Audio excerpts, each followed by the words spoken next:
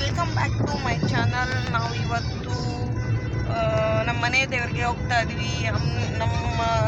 ನಾವು ಆರಾಧಿಸೋ ಅಮ್ಮನವರು ದೇವಸ್ಥಾನಕ್ಕೆ ಬರ್ತಾ ಇದ್ವಿ. ಆದಷ್ಟು ನಿಮಗೂ ತೋರಿಸ್ತೀನಿ, ಬನ್ನಿ. ನೋಡಿ ಫ್ರೆಂಡ್ಸ್, ನಾವೀಗ ಹೊರಡ್ತಾ ಇದ್ದೀವಿ. ನಾನು ಈ ಥರ ಚೂಡಿನ ವೇರ್ ಮಾಡಿದ್ದೀನಿ. ಹೇಳಿ ಸಿಗ್ತಾ ಇದ್ದಾರೆ, ಇಲ್ಲಿ ಚೂಡಿನ ವೇರ್ ಮಾಡಿದ್ದೀನಿ ಅಂದರೆ ನಮ್ಮ ಮನೆಯವರು ಸೀರೆ ಉಟ್ಕೋಬೇಕು ದೇವಸ್ಥಾನಕ್ಕೆ ಹೋದಾಗ ಅಂದರು. ನಾನು ಇಲ್ಲ, ಪಾಪು ಇರೋದ್ರಿಂದ ಸ್ವಲ್ಪ ಕಂಫರ್ಟಬಲ್ ಆಗಲ್ಲ ಅಂಥೇಳಿ ನಾನು ಡ್ರೆಸ್ ಹಾಕ್ಕೊಂಡಿದ್ದೀನಿ. ಹಾಗಾಗಿ ಇದು ಹೊಲಿಸಿರೋದು. ಬನ್ನಿ, ನಮ್ಮ ಮನೆಯ ದೇವ್ರನ್ನ ನಾನು ನಿಮಗೆ ಭೇಟಿ ಮಾಡಿಸ್ತೀನಿ. ಅವ್ರ ಆಶೀರ್ವಾದ ನಿಮಗೂ ಸಿಗಲಿ.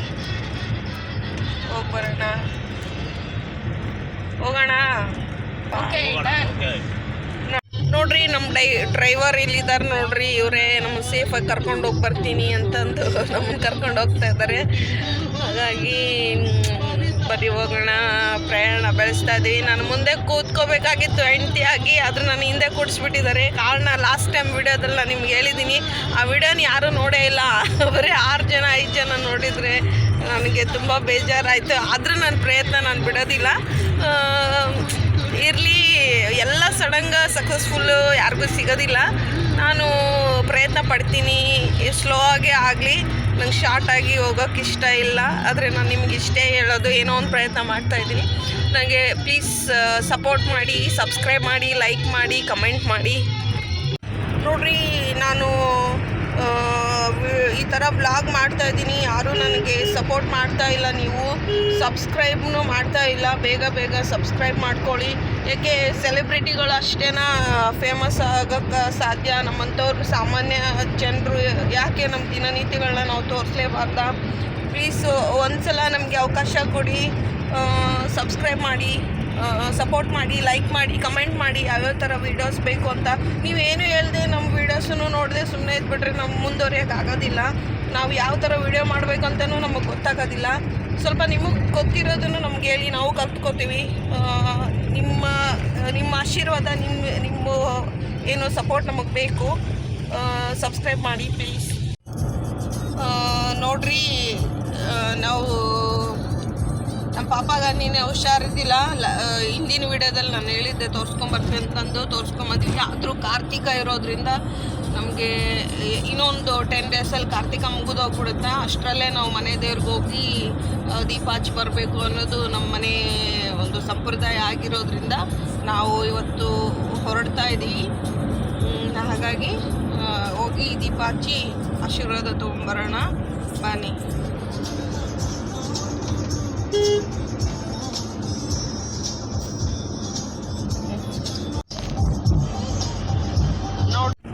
ನೋಡ್ರಿ, ಯಾರಿಗಾದ್ರೂ ವಾಮಿಟ್ ಆಗ್ತಾ ಇದೆ ಅಂದರೆ ದಯವಿಟ್ಟು ಬೆಳಗ್ಗೆ ಯಾರು ಹುಳಿ ಏನು ತಿನ್ನಬಾರ್ದ್ರಿ. ನಮ್ಮ ಮನೇಲಿ ಒಬ್ರು ಇದ್ದಾರೆ, ಅವ್ರು ನನಗೆ ಯಾವಾಗಲೂ ಬೆಳಗ್ಗೆ ಹೋಗ್ಬೇಕಾದ್ರೆ ಉಪ್ಪಿನಕಾಯಿ ಹಾಕ್ಲಾ, ಅದನ್ನ ಹಾಕ್ಲಾ, ಇದನ್ನ ಹಾಕ್ಲಾ ಅಂತ ಹೇಳ್ತಾರೆ. ಒಬ್ಬೊಬ್ರಿಗೆ ಆಗಿ ಬರುತ್ತೆ, ಒಬ್ಬೊಬ್ರಿಗೆ ಆಗಿ ಬರೋಲ್ಲ. ನನಗೀಗ ಆಗಿ ಬರಲ್ರಿ ಅದು ಉಪ್ಪಿನಕಾಯಿ. ನಂಗೆ ಬೆಳಗ್ಗೆ ಉಪ್ಪಿನಕಾಯಿ ತಿನ್ನೋಕೆ ಇಷ್ಟ ಇಲ್ಲ. ಮಧ್ಯಾಹ್ನ ಮಾತ್ರ ನಾನು ಉಪ್ಪಿನಕಾಯಿ ಅಡುಗೆಯಲ್ಲಿ ಊಟದಲ್ಲಿ ತಿನ್ನೋಕೆ ಇಷ್ಟಪಡ್ತೀನಿ.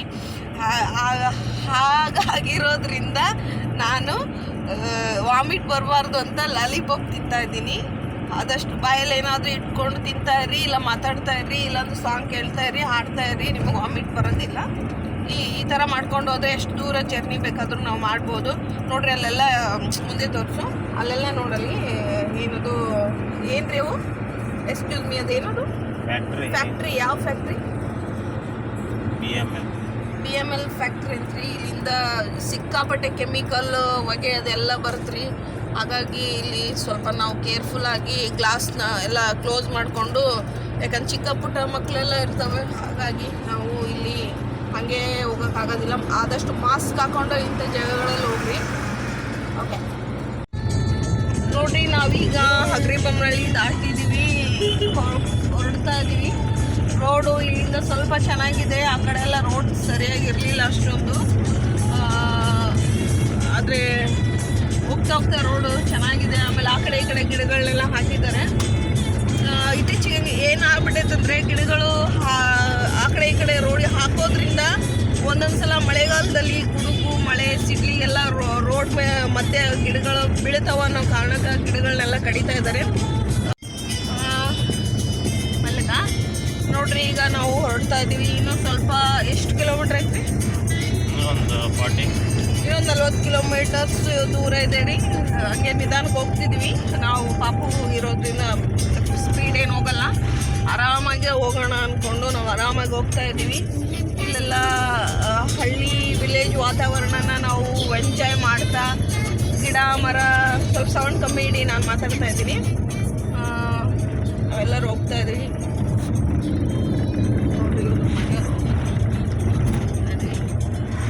ಬರ್ರಿ ನಾವು ಹೋಗೋಣ.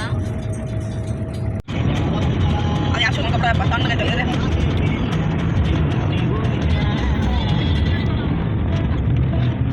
ದಾರಿ ಬಿಟ್ಟು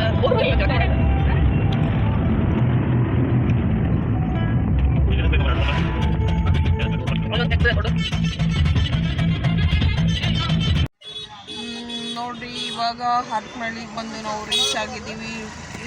ಇಲ್ಲೇ ಹೂವು ಹಣ್ಣು ಕಾಯಿ ಎಲ್ಲ ತೊಗೋಬೇಕು ಅಂತ ಹೋಗಿದ್ದಾರೆ ನಮ್ಮ ಸಿಸ್ಟರು.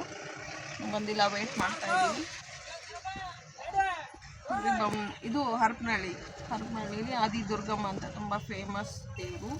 ನಾವು ಬದುಕ್ತಾ ಇರೋ ದೇವರಿಂದ, ಅವ್ರ ಆಶೀರ್ವಾದದಿಂದ, ಅವ್ರಿಂದೆ ನಾವಿಲ್ಲ ಅಂತಲೇ ಹೇಳ್ಬೋದು. ಪಾರ್ಟ್ ಆಫ್ ಲೈಫ್ ಅಲ್ಲ ಬನ್ನಿ, ನಮ್ಮ ಮನೆಯಲ್ಲೇ ಅವ್ರ ಮನೇಲಿ ನಾವಿದ್ದೀವಿ ಅಂತಲೇ ಹೇಳ್ಬೋದು. ತುಂಬ ಪ್ರೀತಿಸೋ ಆರಾಧಿಸೋ ಅಂತ ನಾವು ಆದಿದುರ್ಗಮ್ಮ ಟೆಂಪಲಲ್ಲಿ ಹೋಗ್ತಾ ಇದ್ದೀವಿ. ನನಗಂತೂ ತುಂಬ ಖುಷಿ ಆಗ್ತಿದೆ. ತುಂಬ ದಿನ ಆದಮೇಲೆ ನನ್ನ ಮದುವೆ ಆಗಿ ಮಗು ಆದಮೇಲೆ ಫಸ್ಟ್ ಟೈಮ್ ನಾನು ಪಾಪ ಕರ್ಕೊಂಡು ಹೋಗ್ತಾ ಇದ್ದೀನಿ. ತುಂಬ ಖುಷಿ ಆಗ್ತಿದೆ. ಬನ್ನಿ ನಿಮಗೂ ತೋರಿಸ್ತೀನಿ. ನೋಡ್ರಿ ಇದು ಮಿಕ್ಸ್ ಫ್ರೂಟು, ತುಂಬ ಬಿಸಿ ಕುಡಿತಾ ಇದ್ದೀನಿ.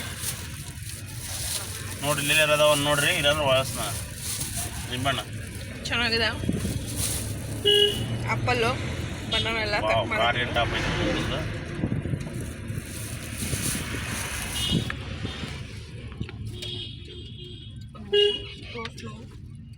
ಮೈ ಮೇಲೆ ಚೆಲ್ಬಿಡುತ್ತಾ.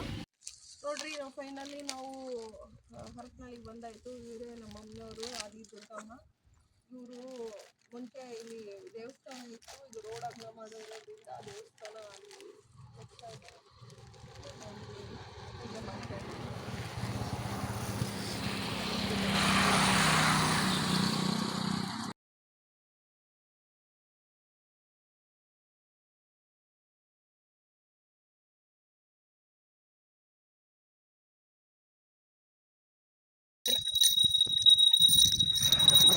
ಇದು ತುಂಬ ಪವರ್ಫುಲ್ ಆಗಿರೋ ಆದಿದುರ್ಗಮ್ಮ. ಇದು ಮುಂಚೆ ಈ ಥರ ಇರಲಿಲ್ಲ. ರೋಡ್ ಅಗಲ ಮಾಡಬೇಕು ಅಂತೇಳಿ ಇದನ್ನೆಲ್ಲ ಗುಡಿ ಎಲ್ಲ ಕೆಡಿಬಿಟ್ಟು ಮೂರ್ತಿನೆಲ್ಲ ಅಲ್ಲೆಲ್ಲ ಹೋಗಿಟ್ಟಿದ್ದಾರಂತೆ. ನಾನು ನಿಮಗೆ ತೋರಿಸ್ತೀನಿ. ಈಗ ಹೊಸ ಗುಡಿನ ಅವರು ಇಲ್ಲಿ ನಿರ್ಮಾಣ ಮಾಡ್ತಿದ್ದಾರೆ. ಇನ್ನೂ ರೆಡಿ ಆಗಬೇಕು. ಆದರೆ ಇದು ತುಂಬ ಪವರ್ಫುಲ್ ಆಗಿರೋ ದೇವರು. ಏನೇ ಅಂದ್ಕೊಂಡ್ರು ಏನೇ ಇದ್ದರೂ ಎಲ್ಲ ಏನೇ ಕೇಳಿದ್ರು ಸಕ್ಸಸ್ಫುಲ್ ಆಗುತ್ತೆ. ಚಿಕ್ಕ ಪಾಪು ಇದ್ದಾಗಿಂದನೂ ನಾವು ಇಲ್ಲಿ ಬರ್ತಾ ಇದ್ವಿ.